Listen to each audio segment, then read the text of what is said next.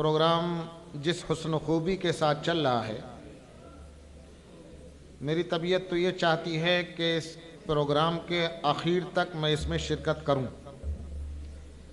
لیکن اتفاق یہ ہے کہ جب اس پروگرام کی دعوت ملی اور ارباب انتظام کی طرف سے مجھے حکم ہوا کہ اس پروگرام میں تجھے حاضر ہونا ہے، اس سے پہلے میں آگے ایک اور پروگرام اس تاریخ میں اور اسی وقت اتفاق سے دے چکا تھا۔ ان حضرات کے اصرار کی بنیاد پر میں حاضر ہو گیا اور ان سے میں نے پہلے ہی اپنا عذر پیش کر دیا تھا کہ وقت تھوڑا ہی میں آپ کے درمیان گزار پاؤں گا۔ میں یہ اپنا عذر پیش کر رہا ہوں ان حضرات کی طرف سے جس کا لحاظ رکھا گیا ہے، میں شکر گزار ہوں۔ سچی بات یہ ہے، اس پروگرام میں شرکت کر کے مجھے قلبی مسرت اور دلی خوشی ہوئی ہے۔ حضرت مولانا وسیع صاحب نے اور پرنسپل درانی صاحب نے اسکول کا جو تعارف پیش کیا، جو مقاصد پیش کیے، جو اہداف پیش کیے ہیں، وہ انشاءاللہ بہت حوصلہ افزا، خوش آئند ہیں اور قوم کے مستقبل کے لیے بے حد مفید ہیں۔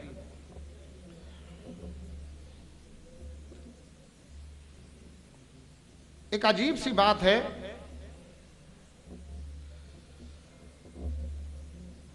کہ علم کو دو حصوں میں تقسیم کیا جاتا ہے، ایک دینی علم، ایک عصری علم۔ میں معلوم نہیں کہ کس حد تک اس میں اپنی جو رائے میں آگے دینا چاہ رہا ہوں اس میں کس حد تک درست ہوں، کس حد تک غلط ہوں۔ میری رائے یہ ہے کہ علم کو دو حصوں میں تقسیم کرنا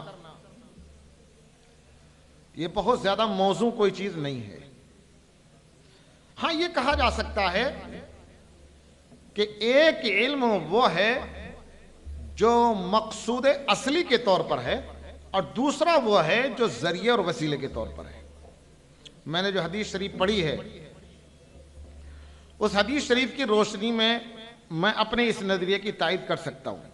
آقا صلی اللہ علیہ وسلم نے فرمایا کہ علم تین ہیں، تین علم تو امت کے ہر فرد کو سیکھنا ہی ہے: آیت محکمہ، سنت قائمہ و فریضۃ عادلہ۔ قرآن کریم، سنت اور وہ مسائل جو قرآن و سنت کے مطابق ہیں۔ آخری جملہ جو آقا صلی اللہ علیہ وسلم نے ارشاد فرمایا ہے، میں اس پر توجہ دلانا چاہتا ہوں۔ محدثین نے اس حدیث کی تشریح کرتے ہوئے مختلف باتیں لکھی ہیں اور بڑے زور کے ساتھ ایک بات یہ لکھی ہے کہ آخری ٹکڑے میں آقا صلی اللہ علیہ وسلم نے فرمایا وَمَا سِوَا ذَلِكَ فَهُوَ فَضْلٌ، جو کچھ اس کے علاوہ ہے، قرآن، سنت اور حلال و حرام کے مسائل کے علاوہ جو دیگر علوم ہیں تو وہ فضیلت کی چیز ہیں، زندگی میں مزید روشنی اور امتیاز پیدا کرنے والی چیز ہے۔ اب میں ایک بات ذکر کر دوں، بہت سے ہمارے جو علماء حضرات ہیں ان کو تو معلوم ہوگا، دارالعلوم دیوبند کے جو تقسیم اسناد یا کہیے دستار بندی کے اجلاس ابتدائی دور میں ہوئے ہیں، دو تین، جن میں حضرت مولانا محمد قاسم نانوتوی رحمۃ اللہ علیہ جو دارالعلوم دیوبند کے بانی ہیں وہ خود شریک رہے ہیں۔ ایک اجلاس کی روداد دارالعلوم دیوبند کے محافظ خانے میں محفوظ ہے۔ علی گڑھ سے سر آفتاب احمد صاحب اس اجلاس میں شریک تھے۔ سر آفتاب صاحب کی موجودگی میں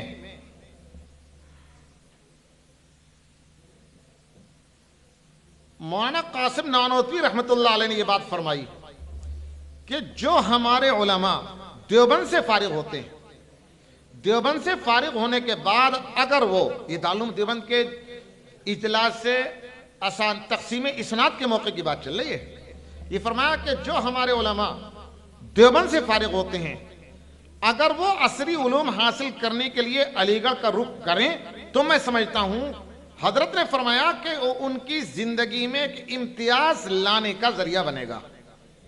یہ بات فرمائی تھی۔ سر آفتاب صاحب نے اپنے علی گڑھ کے طلباء کو دیوبند بھیجنے کی خواہش کا اظہار کیا تو اس کا استقبال کرتے ہوئے مولانا نانوتوی رحمۃ اللہ نے فرمایا تھا اگر علی گڑھ کے تعلیم یافتہ دیوبند اپنی مذہبی اور دینی ضرورت پوری کرنے کے لیے، حاصل کرنے کے لیے آتے ہیں تو ہم ان کے لیے خصوصی انتظامات کریں گے۔ یہ اصل روح ہے ہمارے اکابر کی۔ لیکن میں نہیں سمجھتا کہ کن حالات میں عملی طور پر سماج کے اندر، معاشرے کے اندر دوری ہوتی چلی گئی کہ ایک طبقہ دینی علم کے ساتھ خاص کر دیا گیا اور ایک طبقہ عصری علم کے ساتھ خاص کر دیا گیا۔ میں ایک بات آگے بڑھاؤں، حضرت شیخ الہند مولانا محمود حسن دیوبندی رحمۃ اللہ علیہ ہمارے قافلہ دیوبند کے سالار کارواں ہیں۔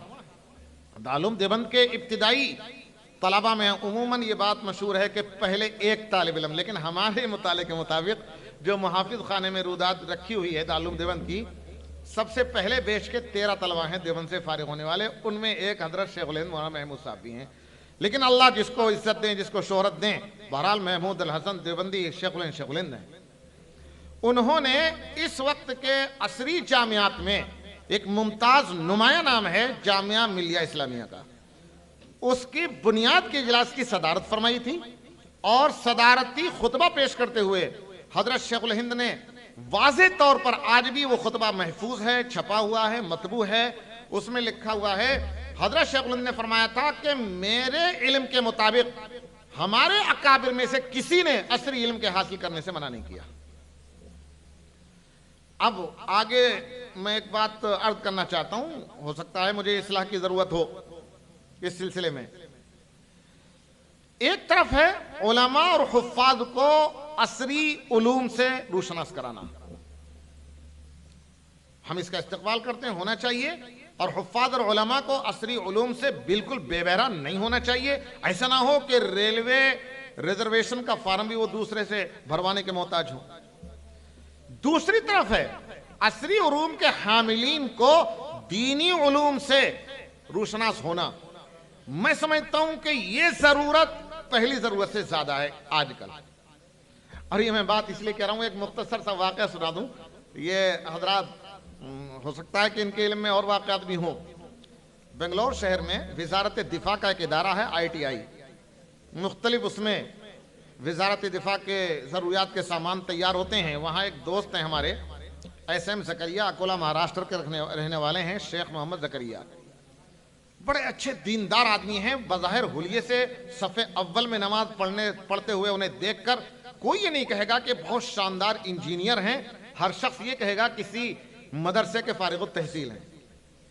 ایسے ہی ایک مرتبہ بیٹھے ہوئے تھے، بے تکلف بات چل رہی تھی، ہم نے ان سے پوچھا آپ اس میں کیا کرتے ہیں؟ تو انہوں نے کہا کہ میزائل میں جو چپ لگتی ہے کنٹرول روم سے اسے کنیکٹ رکھنے کے لیے، اس چپ بنانے والے ڈپارٹمنٹ کے تمام کمپیوٹر مشینری کو دیکھنے والے عملے کا میں ہیڈ ہوں۔ بہت اچھے عہدے پر ہیں، منصب پر ہیں۔ خیر باتیں ہوتی رہیں، بڑے دیندار مزاج کے کہنے لگے 450 انجینئر میرے ماتحت کام کرتے ہیں، اس میں 7 مسلمان ہیں، باقی نان مسلم ہیں، اور ہمارے ظہر کی نماز کا وقت آفس کے وقت میں آتا ہے تو ہم نے آفس میں ہی نماز پڑھنے کا انتظام کر رکھا ہے، وضو کر کے پابندی سے جماعت کے ساتھ نماز ہوتی ہے۔ بہت خوشی کی خبر۔ پھر وہ ہنس کر کے کہنے لگے کہ ایک لطیفہ سناؤں مفتی صاحب؟ میں نے کہا کہ بالکل سنائیے۔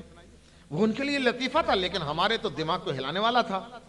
کہنے لگے کہ ابھی 2-2.5 سال پہلے ایک نئے انجینئر صاحب آئے ہیں ہمارے ہاں، ان کی پوسٹنگ ہوئی ہے، وہ بھی ہمارے ساتھ نماز پڑھتے ہیں، اور ہم وضو تازہ کر کے نماز پڑھتے ہیں، وہ ایسے ہی بغیر وضو کے کیے ہوئے، تازہ وضو کیے بغیر نماز پڑھتے تھے ہمارے ساتھ۔ تو ایک دن کہنے لگے کہ ہم چونکہ ان کے سربراہ ہیں، کم ہی بولتے ہیں، لیکن ایک دن ہمت کر کے وہ کہنے لگے باس کیا آپ کو کوئی پیٹ کا پرابلم رہتا ہے؟ تو زکریا صاحب نے کہا نہیں مجھے تو نہیں رہتا ہے، آپ یہ بات کیوں پوچھ رہے ہیں؟ تو کہنے لگے کہ میں روزانہ دیکھتا ہوں کہ آپ ظہر کی نماز سے پہلے استنجا کرتے ہیں، پھر وضو کرتے ہیں، پھر نماز پڑھتے ہیں۔ مجھے دیکھیے صبح 8 بجے وضو کر کے استنجا کر کے وضو کر کے میں آتا ہوں، اور شام کو 4 بجے گھر جا کر کے استنجا کرتا ہوں اور وضو کرتا ہوں، مجھے وضو تازہ کرنے کی ضرورت پیش نہیں آتی۔ بہت اچھی بات، اتنی اچھی بات ہے کہ 8 گھنٹے ایک آدمی مسلسل باوضو رہے۔ لیکن بات مزے کی تو آگے ہوئی۔ زکریا صاحب کہتے ہیں کہ میں نے ان سے پوچھ لیا کہ ٹھیک ہے آپ کو استنجے کی ضرورت نہیں پیش آتی، لیکن کیا کبھی گیس کراس بھی نہیں ہوتا؟ انہوں نے یہ پوچھ لیا کبھی گیس کراس بھی نہیں ہوتا؟ تو وہ انجینئر صاحب بڑی حیرت کے ساتھ بولے کہ کیا گیس کراس ہونے سے بھی وضو ٹوٹ جاتا ہے؟ یہ چیز تھی جس نے ہمارے دماغ کو چیلنج کیا. ایک ایسا انجینئر جو میزائل کنٹرول کرنے والی چپ بنا رہا ہے, چپ بنوانے والے کمپیوٹر مشینوں کو کنٹرول کر رہا ہے, کس قدر سائنس اور ٹیکنالوجی میں عصری تعلیم میں اس نے محنت کی ہوگی, لیکن دینی بنیادی معلومات سے اس قدر نابلد, اسے یہ تک پتہ نہ ہو کہ وضو کو توڑنے والی چیزیں کون سی. ویژن انٹرنیشنل اکیڈمی کے جو اہداف اور مقاصد میں نے سنے, بہت خوشی ہوئی. میں اس میں یہ اضافہ کرنا چاہوں گا کہ جیسے حفاظ کو عصری علوم سے واقف کرانے اور ان کو عصری علوم سے آراستہ کرنے کی یہ محنت چل رہی ہے, قابل مبارکباد ہے. ہم دعائیں کرتے ہیں, تعاون کرنے کے لیے ہم تیار ہیں, جو کچھ ہم سے ہو سکے جہاں پر ضرورت ہو. اس کے ساتھ ساتھ ہم یہ امید بھی رکھیں گے کہ اسکولوں کے ماحول میں پہ بھی توجہ دی جائے, اور اسکول کا ایڈمنسٹریشن, انتظامیہ, جہاں بھی اسکول ہیں, جتنی بات وہ آپ کی سنیں گے اتنی بات ہماری نہیں سنیں گے. ان اسکولوں میں اپنے ماحول کو میں خاص طور سے ان اسکولوں کی بات کروں گا کہ جو اسکول مسلم آبادیوں میں ہیں, ان کے انتظام سے مسلم حضرات جڑے ہوئے ہیں. ان اسکولوں میں ایک تو اسلامی ماحول اور دوسرے بنیادی اسلامی علوم کو داخل کرنے کی کوشش کریں, اور ہم سے جہاں پر تعاون ہو ہم اس کے لیے تیار ہیں.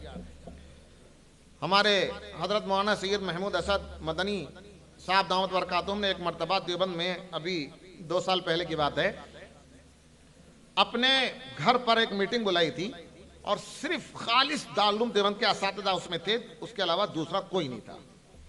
انہوں نے یہ بات رکھی اور حالات رکھے, رپورٹیں پیش کی کچھ, کہ دوسرے ماحول میں مسلم طلباء کے اسکولوں میں پڑھنے سے کیا خرابیاں ہیں. اس کا علاج انہوں نے بتلایا, اور وہ عملی طور پر ہو بھی رہا ہے کہ جگہ جگہ, محلے محلے, مسجد مسجد مکاتب پیش کیے جائیں.